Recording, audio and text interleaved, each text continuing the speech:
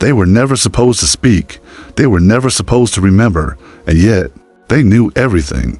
In the frostbitten dawn of November 1834, two identical girls arrived in Pine Hollow, Kentucky, a town so remote it was barely more than a rumor carved into the Appalachian woods. They came with their father, a traveling preacher, and nothing but a weather-worn satchel, and something else, something no one could see. But everyone felt the moment they stepped foot on sacred ground. They were 9, and they knew your secrets. The elder one smiled as she spoke them, names, sins, dates. The younger just watched, like she was listening to something only she could hear. And when the whisper stopped, what they revealed shattered a church, exposed a community, and unsealed a wound buried beneath floorboards for generations. You were never meant to know about the Morrison twins. Even now, mainstream historians won't touch this case. Psychologists who've reviewed the 1987 recovered journal from Pine Hollow admit the details are impossible, knowledge that no child, no outsider, could have known. But here's the part they don't tell you. The girls weren't the first. What if I told you this event, the seemingly isolated fracture in reality, is part of a pattern? A buried inheritance stretching back centuries? Individuals, always young, always dismissed, who pierce the veil of silence we've been taught to worship. This isn't about ghosts. This is about control, spiritual, institutional, generational. You're not watching this by accident. You're here because, like them, you feel it, the lie humming beneath everything. You've looked at history and known something was off, something carefully edited, sanitized. This story isn't about the gifted children. It's about how far they'll go to silence the ones who see too much. The Morrison twins spoke, and something ancient moved to bury them in obscurity. But they left traces, whispers, scars. By the end of this descent, you'll see that what happened in Kentucky wasn't a haunting. It was a warning, and those who understood it either vanished, went mad, or stopped talking altogether. This knowledge comes with a cost. The question is, are you still willing to pay it? Good, then lean in, because it all started with fire, but it isn't silence. Pine Hollow was never on the map, not really. It was a buffer zone, a place built on the edge of wilderness, nestled in the crooked spine of the Appalachian Range where the land refuses to be tamed. But towns like this don't just exist. They're positioned, established under the guise of faith and isolation, but seated with control. 1830 for Kentucky wasn't just frontier, it was unregulated psychological territory, a testing ground for new social experiments dressed in religious cloth. And in places like that, truth doesn't die. It gets sealed beneath the pulpit and rebranded as folklore. The Morrison twins didn't disrupt a town. They disrupted an order. You see, when the girls began to speak, when they revealed what no child should know, they weren't just exposing private sin. They were triggering something older. The congregation didn't react with shock. They reacted like people who had always known the truth, but had been conditioned to forget it. Why is that important? Because this is where you begin to understand. Suppression is not about hiding truth. It's about making you doubt your ability to recognize it. The moment the girls spoke, people didn't ask how they knew. They asked, how could we have gone so long pretending not to? This is how psychological control works. It creates blind spots. It makes you complicit in your own forgetting. What the twins did was not supernatural. It was surgical, a precise dismantling of generational gaslighting. Ask yourself, how many towns, how many churches, how many families have buried things beneath floorboards, both literal and mental, to preserve the illusion of moral order? And what happens when someone young, innocent, uncontaminated, comes along and calls the whole system what it really is? That's why institutions panic. Not because the knowledge is dangerous, but because it's contagious. Rebecca and Rachel didn't just reveal secrets, they revealed permission to speak, to question, to remember what was deliberately erased. That's what makes this story forbidden. That's why science won't touch it. Not because it defies reason, but because it dismantles obedience. And what if I told you Pine Hollow was just one node? There are more, dozens. Places scrubbed from memory, families relocated, churches mysteriously burned. But the pattern remains, and once you see it, you don't go back. What happened in Pine Hollow was not an anomaly, it was an echo. If you trace the arc of history not by wars or kings, but by the appearance of children who know too much, the pattern becomes undeniable. 13 documented cases before 1834, at least 27 after, all eerily similar, children from isolated families, rural communities, sudden flashes of impossible knowledge. But here's the part that historians redact. In every case, every single one, within weeks of their revelations, something intervened. Fires, disappearances, sudden illness, institutionalization, not random, systematic erasure. It's almost as if someone or something is watching for these anomalies. And when they appear, it doesn't send priests or scientists, it sends silencers. You've seen their work. They don't just erase people. They erase contexts, whole towns abandoned, churches boarded up, families with records ending in mid-sentence. Ask yourself, what institution has the means to control both the historical record and the mind? Church, government, academia, or something deeper, a shadow architecture that's always been there, feeding off obedience, cloaked in doctrine, masquerading as progress. It doesn't matter what flag they fly. The mechanism is always the same. First, create a boundary, a town, a school, a congregation. Then introduce indoctrination disguised as guidance, rules, punishments, moral codes, and finally, ensure that no one inside that system ever trusts their own perception. That's how they keep you small. That's how they keep you asleep until someone like Rebecca steps forward and says what no one else is allowed to say. When she revealed what lay beneath the church floorboards, the whiskey bottle, the infant's blanket, she wasn't just speaking to Pastor Phillips, she was speaking to you. Because you have something buried, too, a memory, a truth, a thing you know but can't explain, a dream that never fades. They built these systems to kill that part of you, but it's still alive. And the fact that you're here, listening, means they failed. You don't awaken because someone gives you permission. You awaken because the illusion collapses under its own weight. Pine Hollow was not the beginning. It was a rupture, a break in the control grid. And the further we descend, the more we'll uncover what they've spent centuries trying to keep sealed. You've been taught that control looks like chains, like force, like tyranny. It doesn't. True control is when the prisoner doesn't know they're in a cell, when the doctrine becomes identity, when you are conditioned to police your own perception, to flinch at your own awakening. That's the real genius behind Pine Hollow and thousands like it. It's not the silence that was terrifying. It was the design of that silence. Understand this. The architecture of the Pine Hollow church was not innocent.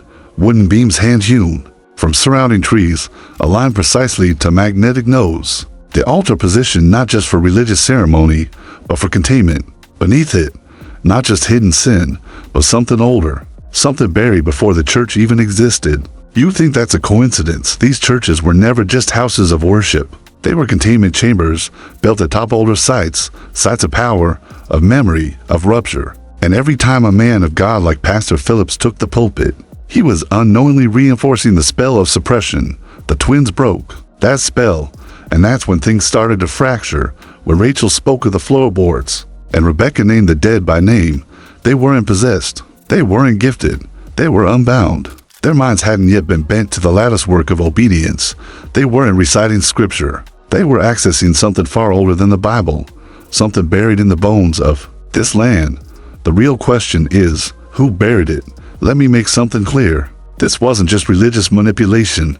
This was intergenerational psychological warfare. You've seen traces of it your whole life, in textbooks, in sermons, in the way your teachers made you feel ashamed for asking why, in how your father swallowed truth in the name of order, in how you were taught that silence equals strength. The architects of control are not just bishops and senators. They are the invisible few who understood that if a man remembers who he is, truly remembers, he becomes ungovernable. And so they constructed a system not to enslave the body, but to rewrite the soul. And now you're starting to feel the fractures.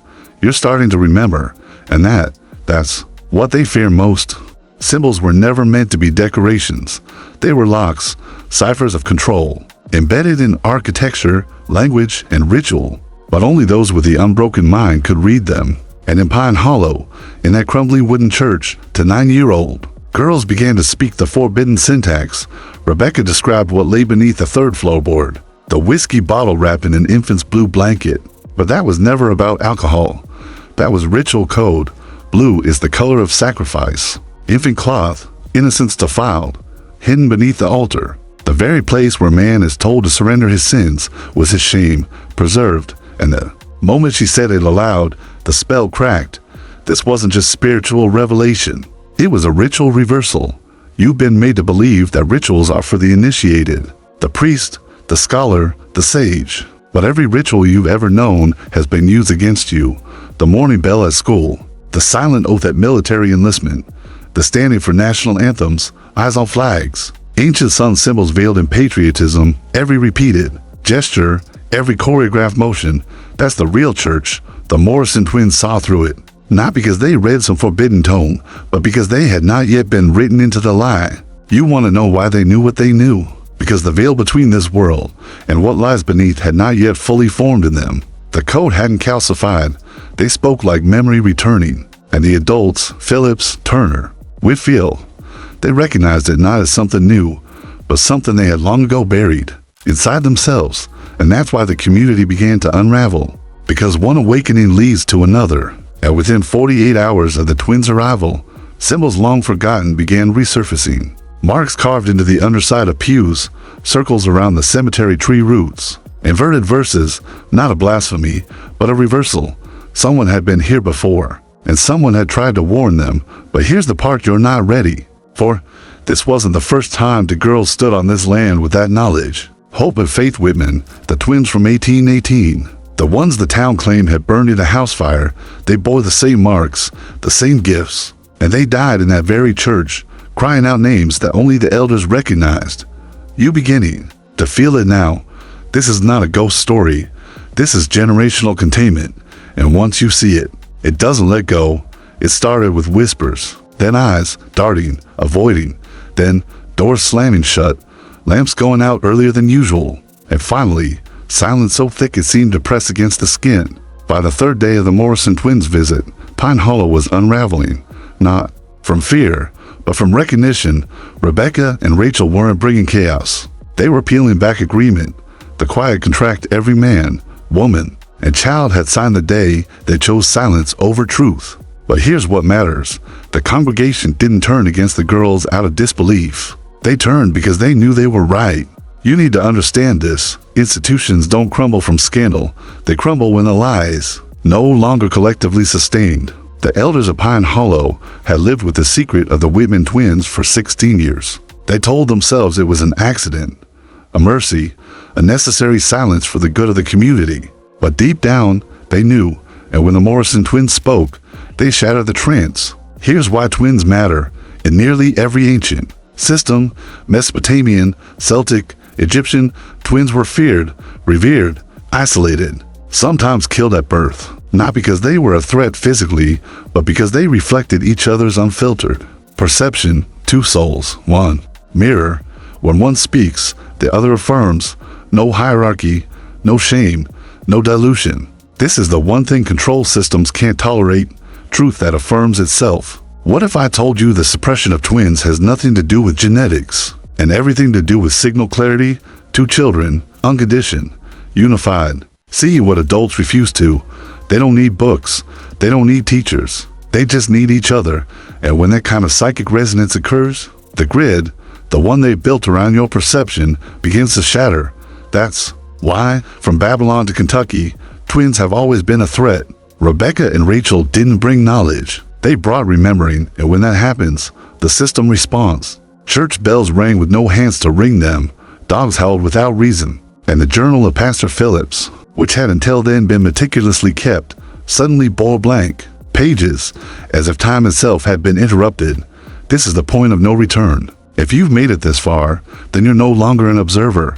You're a participant. So write this in the comments, twice, just as the twins would. I remember what they buried. I remember what they buried. Say it. Lock it in. The algorithm may think it's engagement, but we know better. This is identity reclamation. This is the descent. Pine Hollow was never supposed to survive, not just as a town, but as an idea. Because if you dig beneath the rituals, beneath the hymns, beneath the sacred names, you don't find holiness, you find architecture, designed, engineered, repeating. Now listen closely. The Morrison twins weren't just unearthing personal secrets, they were unraveling the central lie of American memory, that the frontier was wild, that communities like Pine Hollow were born from freedom and faith, that the land was blank, waiting to be written on. It wasn't blank, it was sealed, and what lies beneath it is teeth. You think it's a coincidence that these girls, born of trauma, untouched by orthodoxy, arrived exactly 16 years after the last incident involving the Whitman twins? It's not coincidence. It's clockwork. These events run on cycles, 16-year intervals, just long enough to replace memory with myth, just long enough to raise a new generation with no living witness. And what fills the gap? Textbooks, sermons, national holidays. Every 4th of July barbecue is a ritual of erasure. Every pledge of allegiance is a spell, binding the tongue, binding the mind. You were told it was pride. It was programming. Because here's the truth. America is not a country. It's a containment field, a psychological grid mapped over ancient sites, each one humming with buried memory. We call them battlegrounds, sacred grounds, historical landmarks, but they're all cover stories. Underneath every town square is something older. Underneath every church, a deeper structure. And those who awaken to this reality are either pathologized or disappeared. Rebecca and Rachel were never meant to speak, but when they didn't just crack a local myth, they shattered a national mechanism. What happened next? The congregation fractured. Pastor Philip's journal, once pristine, now filled with pages written in another hand. He claimed it was his own, but the language wasn't English. It wasn't any no script. It was a transcription. The twins called it the language of before. And here's the part that matters. Wherever this language appears, shortly after, memory collapses. Records vanish, testimonies contradict, graves get moved, time bends. Ask the locals today about Pine Hollow, and they'll tell you no such place ever existed. But the coordinates are real, the names are real, and the pattern is still active. You were never meant to read this far, to hear this deeply, and yet, here you are, still descending, still remembering. You think the story is about Pine Hollow. It's not. It's about you. Because the same silence that covered that church covers your family. The same psychological system that buried the Whitman twins, buried the parts of you that once knew how to see. This isn't metaphor. This is ritual mechanics. You felt it. The moment you started asking questions that made the room go quiet. The time you saw something as a child, a shape, a presence, a flicker in the corner, and were told it was your imagination. The times you forgot and didn't know why. That was the collapse. Not forgetting, but being made to forget. Here's how it works. First, they shame the sensation. Don't be silly. It's just a dream. You're too young to understand. Then, they replace it with a narrative, a Bible verse, a family myth, a classroom lesson. Then finally, the ritual. Not in robes, not in Latin, in repetition, in recitation, in obedience disguised as belonging. And if it's done right, you'll defend the lie as if it were your own thought. That's how you imprison a species. Not with bars, with internalized self-correction. What the Morrison twins triggered in Pine Hollow was not exposure. It was inversion. For 3 days, the congregation didn't just learn secrets. They remembered they already knew Samuel Turner, the deacon who skimmed from the collection plate, hadn't forgotten his theft. He had ritually absolved himself every Sunday by repeating what he no longer believed. Mrs. Whitfield, whose husband had fled, she didn't forget. She simply buried the letters beneath a false memory. He died. He's gone. Don't ask. You've done the same. You were there when your father lied. You saw what your teacher did. You knew when your pastor looked at you with something else in his eyes. But they trained you to bury it, to wrap it in laughter, in shame, in silence. This is the ritual of memory collapse, and it's still active. Because here's the final truth. The system doesn't fear knowledge. It fears unprocessed memory, raw, primal, unedited, because memory, when reclaimed, becomes power. The power to defy, to destroy, to unbind. The Morrison twins didn't come to teach you something new. They came to wake something ancient inside you. And now that it's stirring, they can't stop it. No one can. Let's stop pretending this is about ghosts. This is about power and the engineering of your obedience. You've heard the phrase man of God, pillar of the community, provider, protector, leader, all roles, all scripts. But underneath each one, a man with broken instincts handed down like a disease.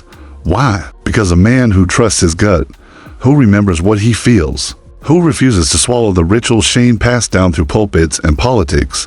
That man is unusable. You can't station him in a cubicle. You can't convince him that a paycheck is purpose. You can't shame him into silence when he sees something wrong. So what do? They build systems, not just institutions, but emotional architectures, designed to gut him from the inside.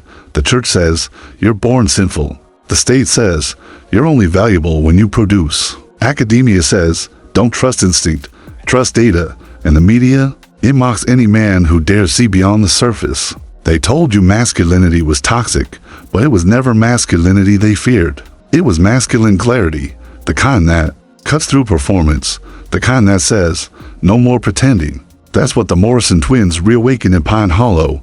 They didn't just expose secrets. They dismantled the hierarchy of lies. They walked into a room full of God-fearing men and shattered every illusion of moral authority, and those men didn't deny it. They broke, because deep down, every man knows when he's submitted to a structure that's castrating his will. And here's the dagger, the system lets you rebel, as long as you stay within their categories. Be angry, protest, vote, complain online. They don't care, because none of that reclaims your memory. The real rebellion is remembering what was taken, what you saw, what you felt before they told you to smile through it, before they taught you to say I'm fine while bleeding inside. Every man has a moment he buried. One moment, one memory. That's your altar. That's where they nailed you to the lie, and that's where you take your power back. You don't need permission. You don't need a savior. You just need to stop pretending you forgot, because the truth is still there, waiting. And now that you've heard this, you can't unhear it. The descent is almost over, but what comes next isn't peace, it's fire. Fire was never the end. It was the beginning. The Whitman twins burned, not in their home, but in a place meant for sanctuary. The congregation buried the truth, sealed the church, rewrote the story, and the system called it righteousness. The Morrison twins walked into the same place, same wood, same altar, same floorboards, but this time, the fire didn't come from without. It came from within, and it didn't burn bodies. It burned illusions. Listen to me, not as a narrator, not as a voice from a screen, but as someone who's already been through the fire you're just now approaching. Every man watching this has the choices: return to the lie or set it on fire. And you'll be tempted, you will, to crawl back to safety, back to systems that feed you meaning in exchange for your silence. But once you remember, once you truly remember, that option dies. You've now seen that the church was a containment zone, that the sermons were a script.